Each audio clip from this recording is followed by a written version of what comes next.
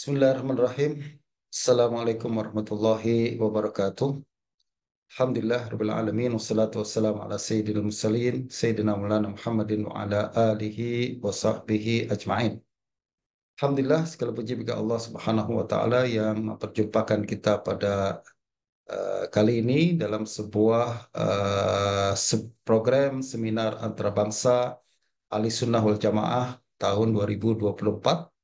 Dan pertama-tama saya ucapkan banyak-banyak terima kasih kepada pihak penganjur, terutamanya sahabat saya, Profesor Madya Dr. Hasrul dan Dr. Rashidi yang pernah berjumpa pada tahun yang lepas dengan saya di Pineng untuk berbincang berkenaan dengan penganjuran program ini. Dan Alhamdulillah Allah Subhanahu wa Ta'ala mengabulkan dan mewujudkan rancangan yang telah dirancang tersebut.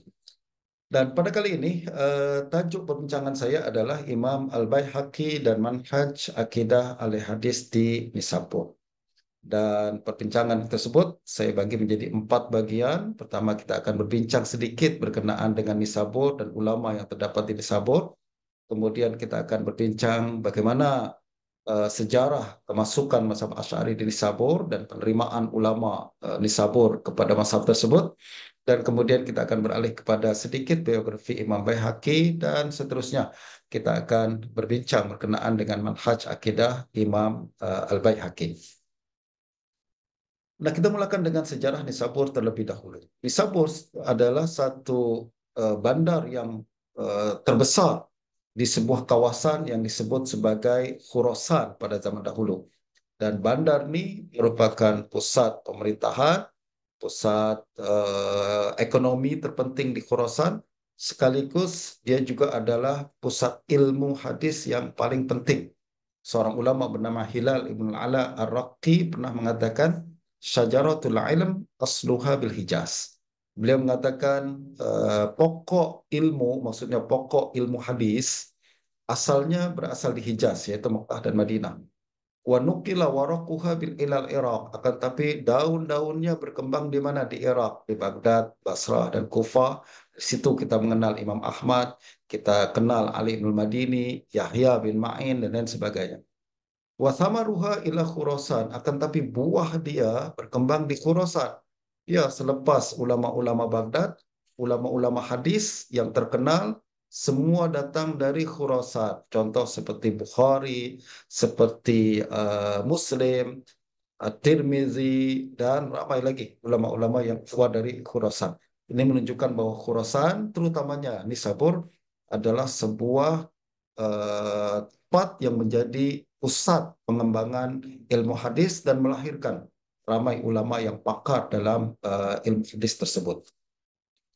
Berbincang berkenaan dengan aliran-aliran dan mazhab di Khurasan, terutamanya di Nisabur, kita akan melihat dari segi fiqh, dari aspek fiqh, mazhab Hanafi adalah mazhab yang paling dominan dan menjadi ikutan paling ramai para penduduk yang ada di Nisabur. Diikuti kemudian dengan mazhab Syafi'i. Kedua-duanya adalah dua mazhab yang selalu bersaing satu sama lain untuk mendapatkan dan meraih pengaruh sebanyak-banyaknya yang ada bagi umat Islam yang ada di Nisabur. Tidak dinafikan ada setengah ulama yang mengikut mazhab Maliki, ada juga yang mengikut mazhab Hanbali, akan tapi bilangan mereka terlalu sedikit dan tidak menonjol dan tidak dapat dibandingkan dengan pengikut mazhab Hanafi dan Syafi'i yang terlalu ramai di Nisabur. Dari aspek tasawuf pula, Nisabur melahirkan ramai ulama yang kenal dalam bidang tasawuf dan secara umumnya terbagi kepada dua aliran. Aliran Malamatiyah dan aliran Aramiyah. Dua-dua aliran ini tidak harmoni. Bahkan Malamatiyah memandang Karamiyah sebagai aliran yang menyimpang daripada ortodoks, ya, menyimpang daripada pegangan tradisi yang ada di Nisabur. Hal itu adalah karena Karamiyah selain terkenal sebagai aliran tasawuf, aliran zuhud, pengikut-pengikut mereka adalah kalangan-kalangan ahli tasawuf. Pada masa yang sama Karamiyah juga adalah aliran akidah. Itu sebabnya Karamiyah masuk dalam senarai aliran akidah yang ada di Nisabur. mereka mengajarkan akidah yang menyimpang sebab mereka menetapkan Tuhan sebagai jisim dan tidak ada apa namanya keraguan, tidak ada perasaan sukar atau untuk mengatakan bahwa Tuhan adalah jisim, memiliki sifat-sifat makhluk dan lain sebagainya. Nah, itu sebabnya ulama Nisabur pernah mengeluarkan fatwa agar pengasas Karamiyah yaitu Muhammad Ibn Karam ditangkap lalu dibuang ke luar negeri ya, ke luar Nisabur.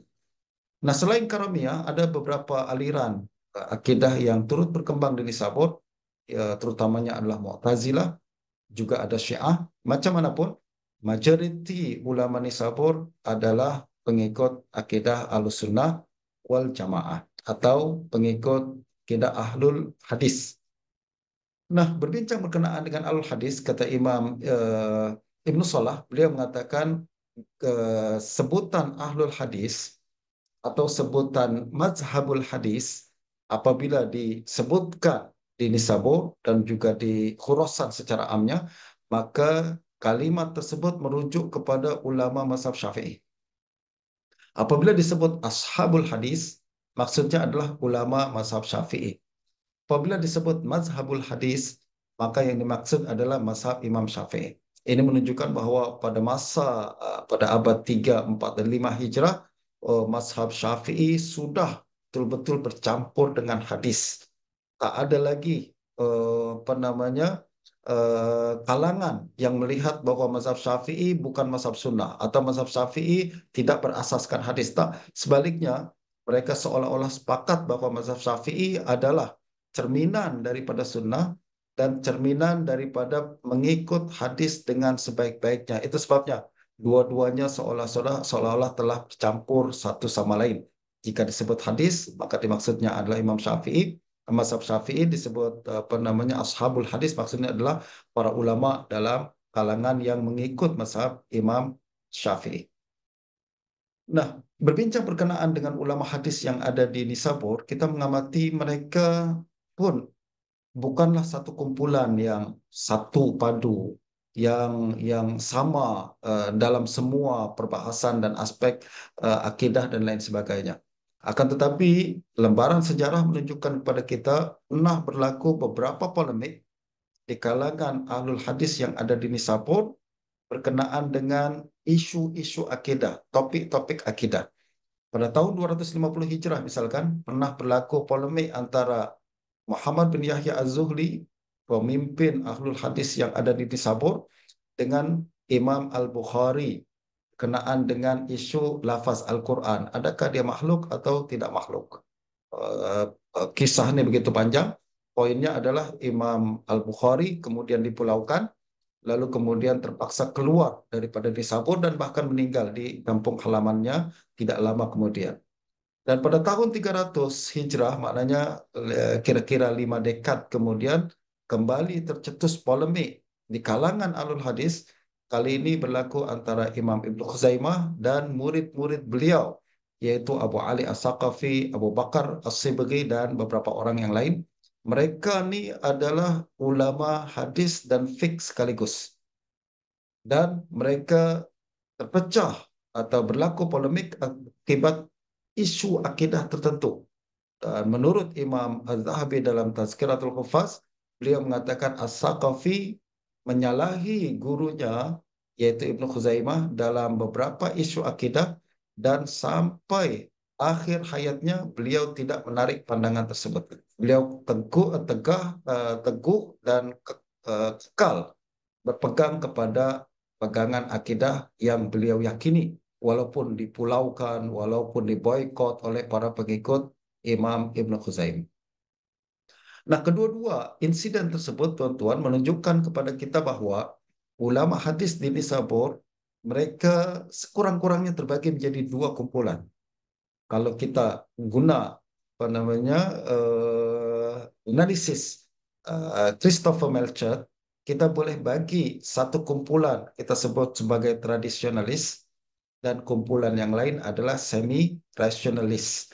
kumpulan tradisionalis itu macam Muhammad bin Yahya Az-Zuhli, Ibnu Khuzaimah masuk dalam kumpulan tradisionalis, yaitu satu kumpulan alul hadis yang yang ingin yang tidak suka perbahasan-perbahasan akidah melibatkan apa namanya pendekatan-pendekatan rasional yang menggunakan ilmu kalam dan yang sealiran dengannya.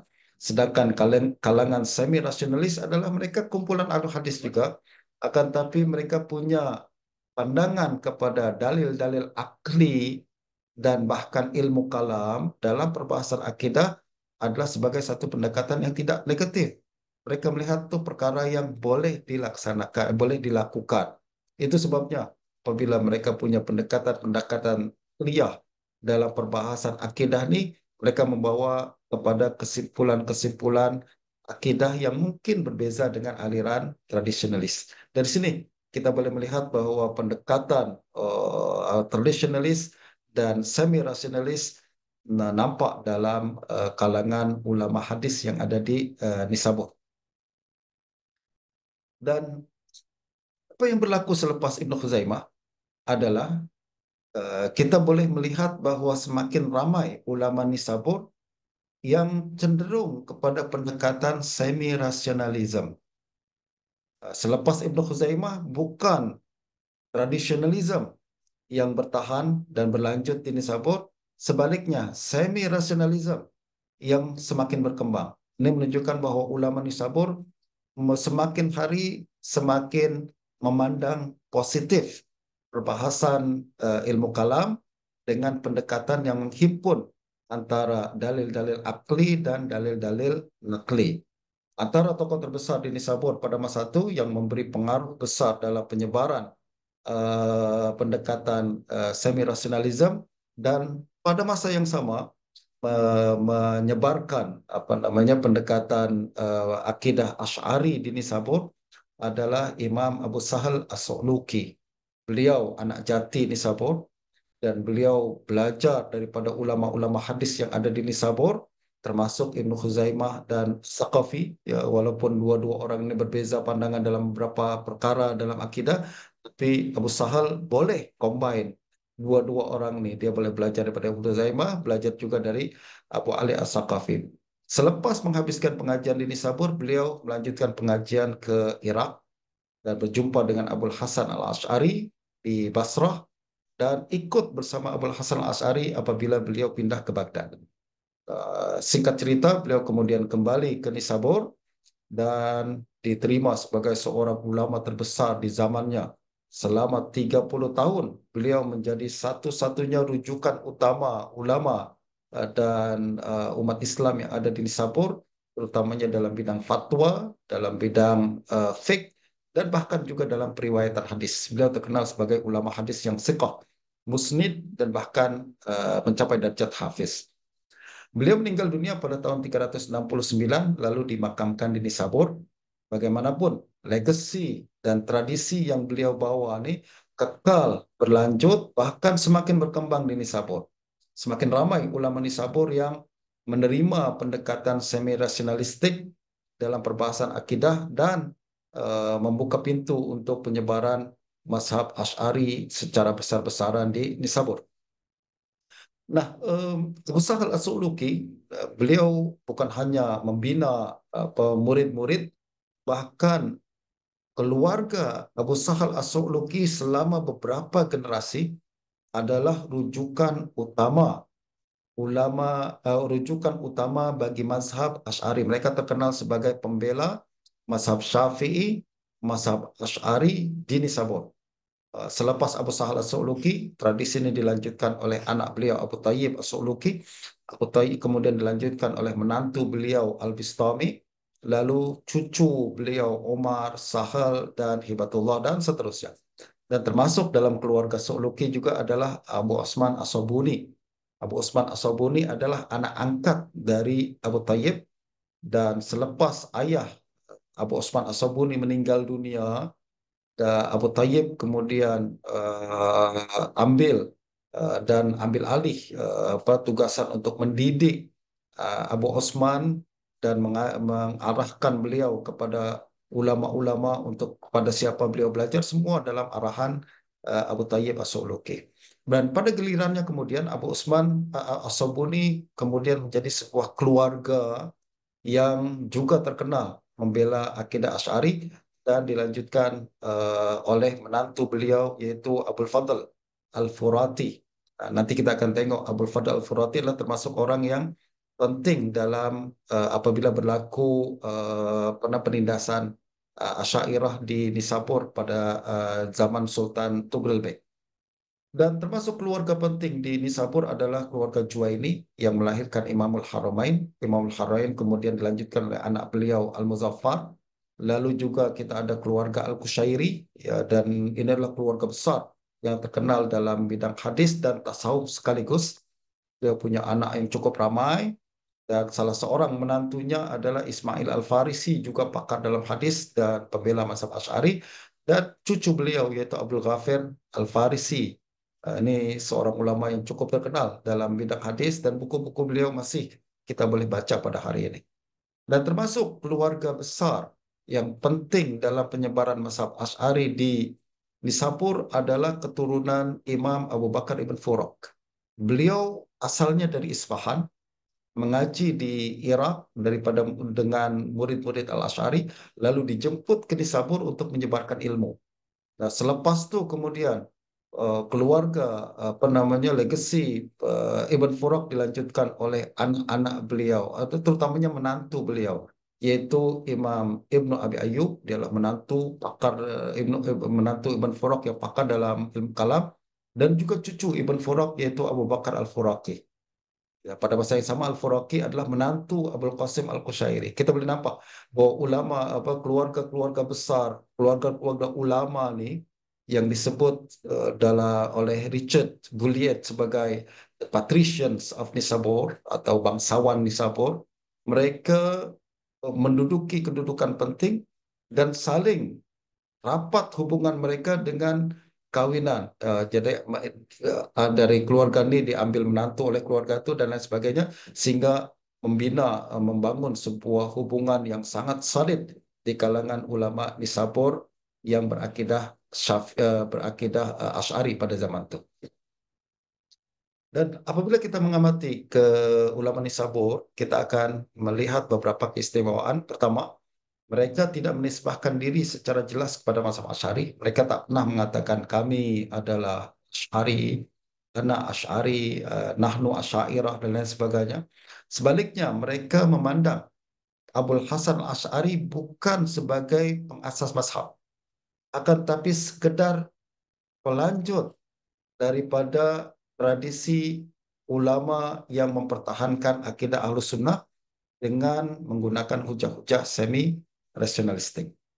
Dan berikutnya lagi adalah kita akan mengamati bahwa ulama Nisabur ini mereka tidak mengkhususkan diri dalam ilmu kalam sebagai satu-satunya kepakaran mereka. Sebaliknya, mereka secara asasnya adalah ulama hadis dan ulama fiqh yang menggunakan ilmu kalam hanya apabila diperlukan. Justru kalau kita tengok biografi ulama Asy'ariyah macam Abu Bakar Ibn Furaq misalkan, beliau walaupun terkenal sebagai ulama kalam, tapi sebenarnya beliau adalah orang yang sangat terpandang dalam periwayatan hadis. Hadis-hadis yang beliau riwayatkan boleh kita jumpai dalam buku-buku Al-Baihaqi, buku-buku Abdul Qasim Al-Qushairi, dan lain-lain sebagainya. Begitu juga Imam Abu Ishaq Al-Isfirayini. Beliau walaupun terkenal sebagai ahli kalam, pakar dalam ilmu kalam, sebenarnya beliau adalah orang perawi hadis yang sangat siqah, dan hadis-hadisnya pun berlambak kita boleh jumpai dalam kitab-kitab hadis para ulama. Ini menunjukkan bahwa walaupun mereka kenal sebagai ahli kalam Asy'ari, akan tapi sebenarnya mereka adalah apa namanya profesi sampingan mereka.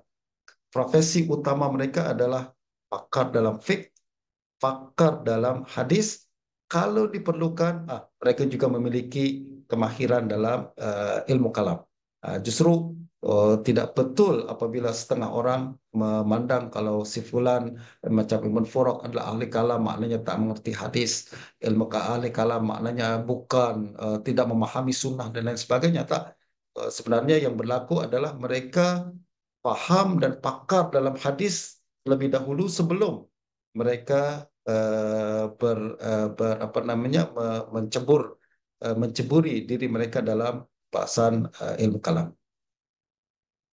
Nah, sebuah cabaran berlaku menimpa kalangan Asy'ariyah di Nisabur, yaitu apabila Wazir Al-Qunduri menghasut Sultan Tughril Bek yang berkuasa di Nisabur untuk mengharamkan aliran Asy'ari dengan mengatakan bahwa akidah Asy'ari lebih teruk daripada Mu'tazilah. Ini sebenarnya adalah satu konspirasi dan satu usaha politik untuk melemahkan musuh-musuh politiknya.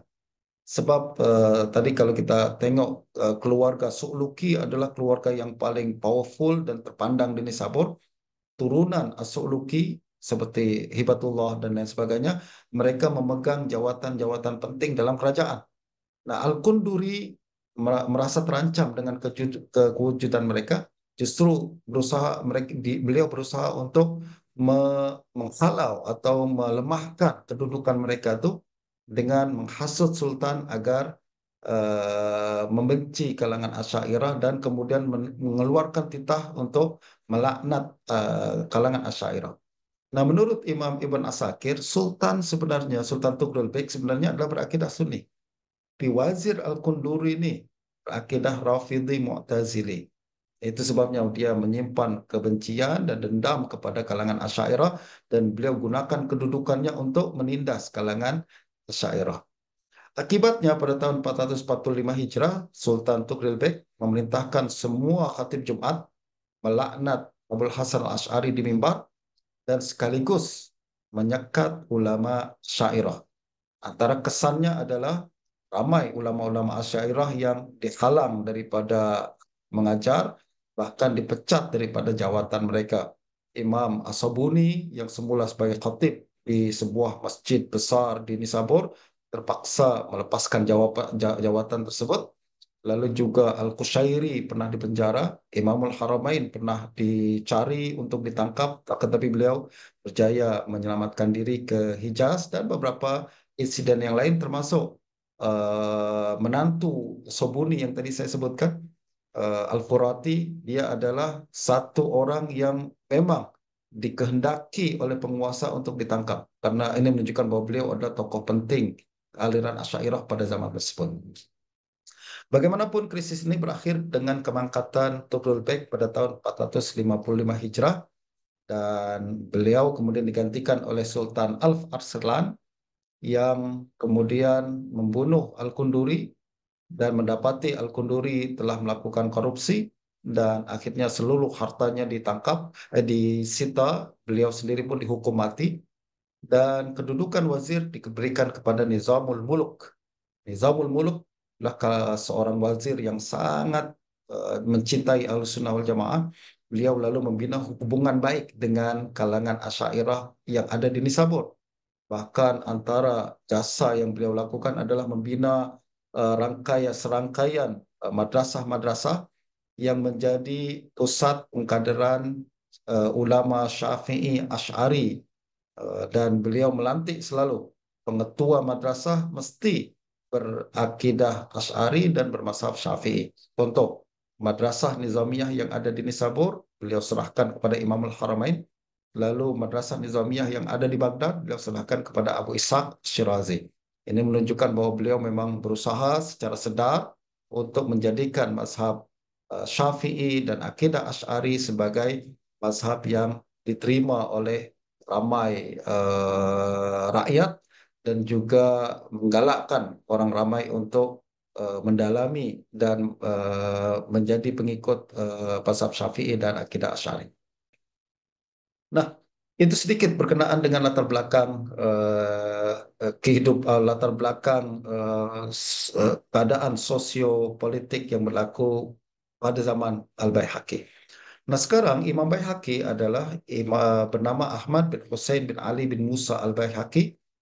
Kunyah beliau Abu Bakar, dilahirkan pada bulan Sya'ban 384 Hijrah di sebuah kampung bernama Khosraujid. Khosraujid adalah bagian daripada kawasan yang bernama Baihaq, dan Baihaq masuk dalam kawasan Nisabur. Dan beliau memulakan pengajian di kampungnya, lalu kemudian melanjutkan pengajian di Nisabur, mengambil daripada ulama-ulama besar yang ada di Nisabur yang telah disebutkan sebelum ini, kemudian melanjutkan pengajian hingga ke Mekah dan Madinah dan lain sebagainya. Selepas itu beliau kembali ke Baihaq dan tinggal di negeri beliau dan memfokuskan diri untuk mengarang kitab dan mengajar. Beliau meninggal dunia apabila semasa berada di Lisabur, lalu di mayatnya dikembalikan dipulangkan ke Baihaq untuk dimakamkan di Baihaq, dan beliau wafat pada tahun 458 Hijrah. Apabila kita amati kehidupan Imam Baihaqi, kita akan melihat bahwa beliau adalah ahli hadis yang bermazhab Syafi'i, berakidah Asy'ari, dan juga seorang sufi. Dan sumbangan ilmiah Imam Baihaqi antara lain adalah menghidupkan ilmu hadis dalam kalangan fuqaha. Beliau juga menghimpun kepakaran ilmu hadis dan ilmu kalam. Jadi beliau masuk dalam kategori semi rasionalis, karena memandang positif ilmu kalam, tidak seperti setengah ahli hadis yang memandang negatif ilmu kalam. Sebaliknya beliau melihat bahwa ilmu kalam dengan ilmu hadis adalah saling melengkapkan satu sama lain, bukan bertentangan. Dan beliau juga membuktikan bahwa fiqh Syafi'i dan akidah Asy'ari boleh berjalan seiringan, dan sekaligus membantah pandangan sesetengah kalangan yang memandang sinis kalau ada seseorang bermazhab Syafi'i berakidah Asy'ari. Beliau mengatakan tak boleh macam itu sebab Syafi'i tidak berakidah Asy'ari. Sebaliknya, Imam Baihaqi membuktikan bahwa mazhab Syafi'i dan akidah Asy'ari adalah seiringan. Dan Baihaqi bukanlah calang-calang dalam mazhab Syafi'i. Beliau bukan orang yang baru belajar mazhab Syafi'i. Proyek tersebut adalah beliau lakukan selepas beliau benar-benar menguasai mazhab Syafi'i. Jadi beliau benar-benar menguasai mazhab Syafi'i, mengetahui asas epistemologi mazhab Syafi'i, lalu membandingkannya dengan akidah Asy'ari, dan beliau melihat yang ada adalah keseiringan atau kesamaan. Dan justru apabila beliau mengatakan macam itu, ini menunjukkan lahir daripada pakaran beliau dalam dua-dua mazhab sekaligus, mazhab Syafi'i dan mazhab Asy'ari sekaligus. Dalam mazhab Syafi'i, kita sama-sama mengetahui ucapan Imam Al-Haramain, "Ma min syafi'iyyin illa wali syafi'i alaihi minna illa al-Baihaqi." Tak ada setiap orang yang bermazhab Syafi'i berhutang budi kepada Imam Syafi'i melainkan Baihaqi. Imam Syafi'i yang berhutang pada Baihaqi.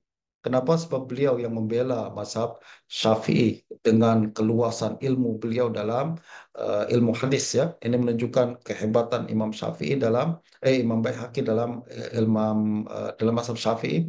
Dan beliau juga menulis kitab Ma'rifatus Sunan wal Asar, sebuah proyek besar yang menghimpun semua ucapan Imam Syafi'i dalam bidang hadis dan juga menghimpun semua hadis-hadis Imam Syafi'i. Sehingga Imam Ibn Hajar mengatakan bahwa siapa yang ingin mengetahui hadis-hadis yang diriwayatkan oleh Imam Syafi'i, maka rujuklah Ma'rifah Sunan wal Asar karangan Imam Al-Baihaqi. Semua ini menunjukkan bahwa Imam Baihaqi, pengetahuan beliau dalam ilmu mazhab Syafi'i sangat-sangat hebat.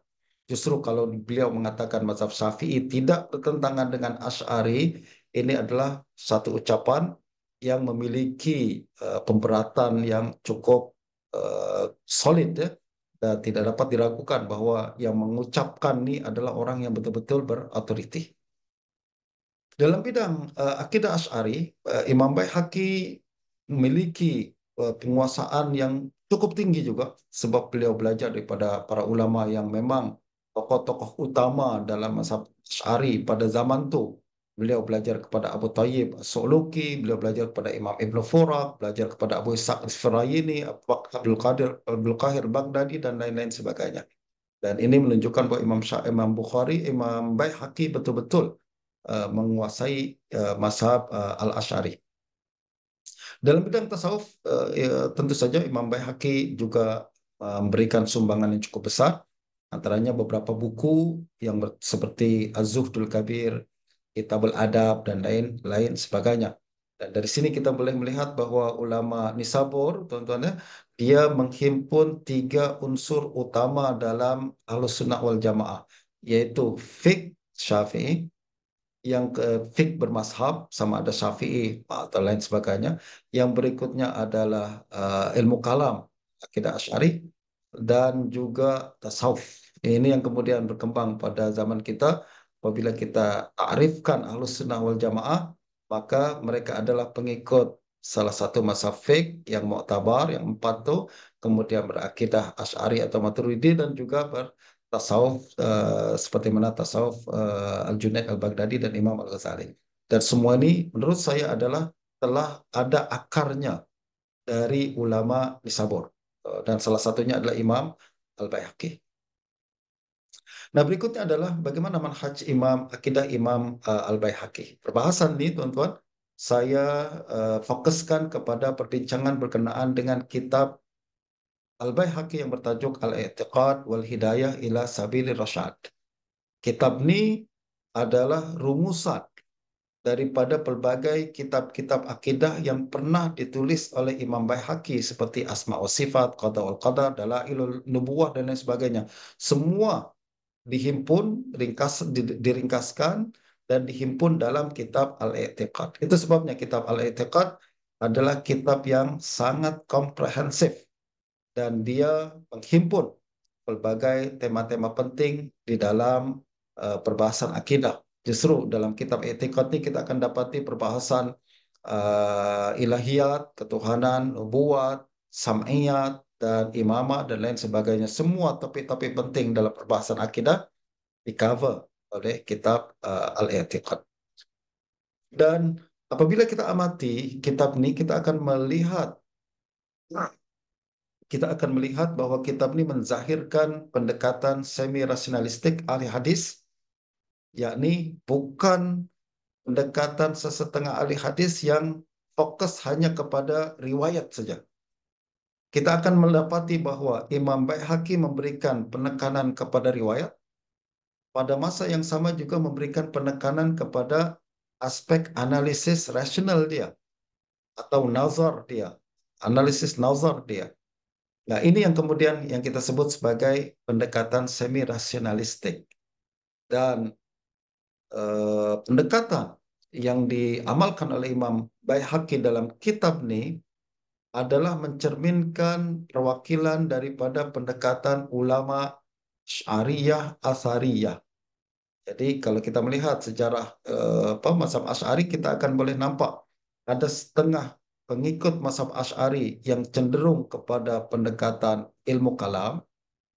Ya, maksudnya mereka membahas pembahasan akidah ini dengan pemberatan kepada ilmu kalam yang lebih besar, walaupun mereka tak nafikan mereka mengamalkan pendekatan dalil akli dan nakli, tapi perhatian mereka kepada akli, aspek akliyah lebih besar. Ini saya sebut sebagai Asy'ariyah mutakallimin. Ada setengah kalangan pengikut mazhab Asy'ari yang walaupun mereka menggabungkan antara pendekatan akliyah dan nakliyah, tapi hatian mereka lebih kepada nakliyah lebih besar. Ini yang kita sebut sebagai Asy'ariyah Asariyah. Dan Imam Baihaqi macam tu. Beliau adalah seorang pengikut akidah Asy'ari, dan beliau membahas topik-topik akidah mengikut pendekatan Abul Hasan Al-Asy'ari, tapi dengan menzahirkan kecenderungan kepada hadis dan asar lebih besar berbanding kecenderungan beliau membahas topik-topik tersebut dengan pendekatan rasional seperti mana kalangan ahli kalam. Nah, ini yang kemudian perlu untuk kita ketengahkan pada hari ini ya. Setengah kalangan setiap kali berbincang tentang akidah Asy'ari, mereka selalu sebut ini mazhab Ahlul Kalam, mazhab Ahlul Kalam. Seolah-olah mereka tak ingin melihat atau sengaja untuk menafikan kewujudan sekumpulan ulama hadis yang mengikut mazhab Asy'ari yang kita sebut sebagai Asy'ariyah Asariyah. Dan Imam Baihaqi adalah salah seorangnya yang telah mengangkat manhaj ini.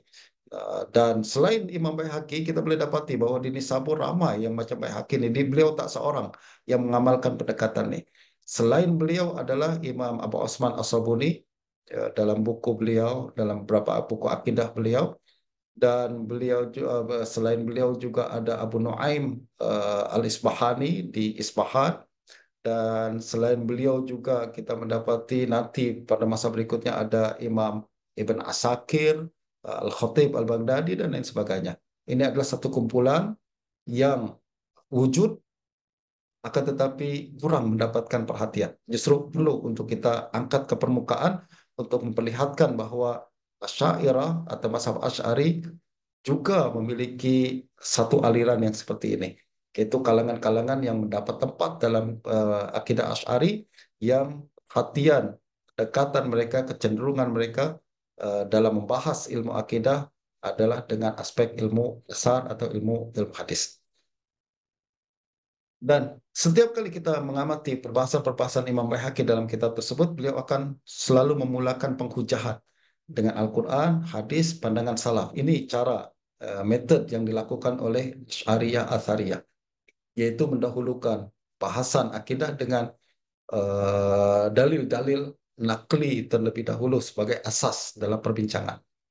Lalu kemudian kita akan dapati juga dalam buku Imam Baihaqi, beliau sering merujuk kepada imam-imam pengasas mazhab seperti Abu Hanifah, Malik, Syafi'i, dan Ahmad. Sekaligus untuk menunjukkan kepada kita bahwa siapa yang berpegang dengan akidah Asy'ari tidak bertentangan dengan akidah salaf para pengasas mazhab, ya. Sekaligus membantah setengah kalangan yang mengatakan awak ikut Syafi'i tak boleh ikut akidah Asy'ari. Siapa yang ikut mazhab Maliki tak boleh ikut mazhab Asy'ari sebab kedua-duanya bertentangan. Imam Baihaqi selalu berusaha untuk membuktikan bahwa akidah yang beliau bawa dan pegang ni adalah kelanjutan dan kesinambungan daripada akidah yang dipegang oleh pengasas mazhab, yaitu Abu Hanifah, Malik, Syafi'i, bahkan Imam Ahmad bin Hanbal. Berbeza dengan kalangan Hanabilah yang melihat Asy'ariyah bertentangan dengan akidah Imam Ahmad, Imam Baihaqi berusaha untuk membuktikan bahwa akidah Asy'ariyah, akidah Asy'ari sebenarnya selari dengan pegangan Imam Ahmad bin Hanbal. Dan tentu saja tuan-tuan, rujukan utama Imam Baihaqi adalah ulama-ulama Asy'ariyah sendiri. Seperti Abul Hasan Al-Asy'ari, kita boleh dapati beberapa nukilan diambil daripada kitab-kitab Asy'ari seperti Ibanah, Luma' dan lain sebagainya. Kita juga Imam Al-Khattabi dan Abu Tayyib As-Su'luki, tokoh guru Imam Baihaqi dan seorang ulama terbesar dalam kalangan ahli hadis dan mazhab Syafi'i dan juga akidah Asy'ari pada zaman beliau. Saya tidak boleh menjelaskan satu persatu perbahasan berkenaan dengan akidah. Tuan-tuan boleh nampak baca sendiri dalam paper yang saya sediakan. Akan tapi ada beberapa akidah, topik-topik akidah yang terdapat dalam fiqh dalam buku Imam Baihaqi adalah topik akidah yang disepakati antara dua aliran yang saya sebutkan tadi, yaitu aliran mutakallimin dan aliran asariyah dalam mazhab Asy'ari. Seperti penetapan sifat zat dan sifat fi'il bagi Allah disepakati oleh dua-dua aliran tersebut dalam kalangan Asy'ari ini, dan menetapkan kalam nafsi sebagai sifat Allah yang qadim juga disepakati. Bacaan Al-Quran dan adalah perbuatan manusia yang bersifat makhluk, walaupun Al-Quran kalamullah, tapi bacaan manusia ketika membaca Al-Quran tentulah makhluk. Lalu Allah dapat dilihat di akhirat juga disepakati. Pelaku dosa besar tidak kafir juga tidak disepakati. Mereka menetapkan syafaat Nabi juga disepakati di kalangan dua aliran tersebut, dan menetapkan karamah wali juga disepakati oleh dua aliran mutakalimin dan mutakalimin dan asariyah dalam kalangan mazhab Asy'ari. Hanya satu orang dalam ulama Nisabur yang ada pandangan seolah-olah menafikan adanya karamah wali, yaitu Abu Ishaq Al-Isfaraini. Para ulama berbincang berkenaan dengan apa hakikat sebenar pandangan Abu Ishaq. Adakah beliau menafikan karamah secara 100% ataukah beliau menafikan hanya sebagiannya saja? Tuan-tuan boleh baca dalam paper yang saya sediakan. Ada beberapa, selain itu ada beberapa topik yang kita nampak ada perbezaan antara kalangan mutakallimin dan asariyah dari mazhab Asy'ari. Jadi, yaitu sebagai contoh adalah kewajiban pertama seorang mukallaf.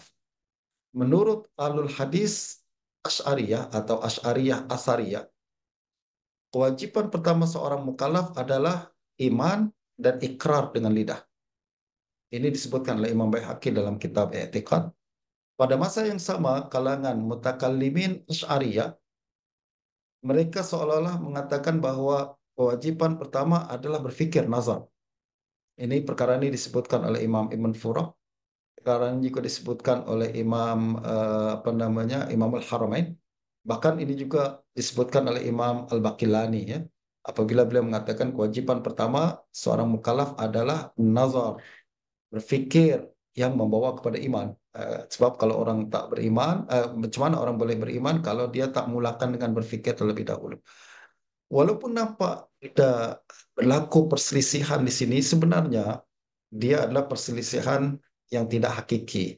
Kedua-duanya sepakat sebenarnya, cuma berbeza dalam ungkapan saja, khilaf lafzi saja. Begitu juga perbahasan berkenaan dengan ayat dan hadis mutasyabihat.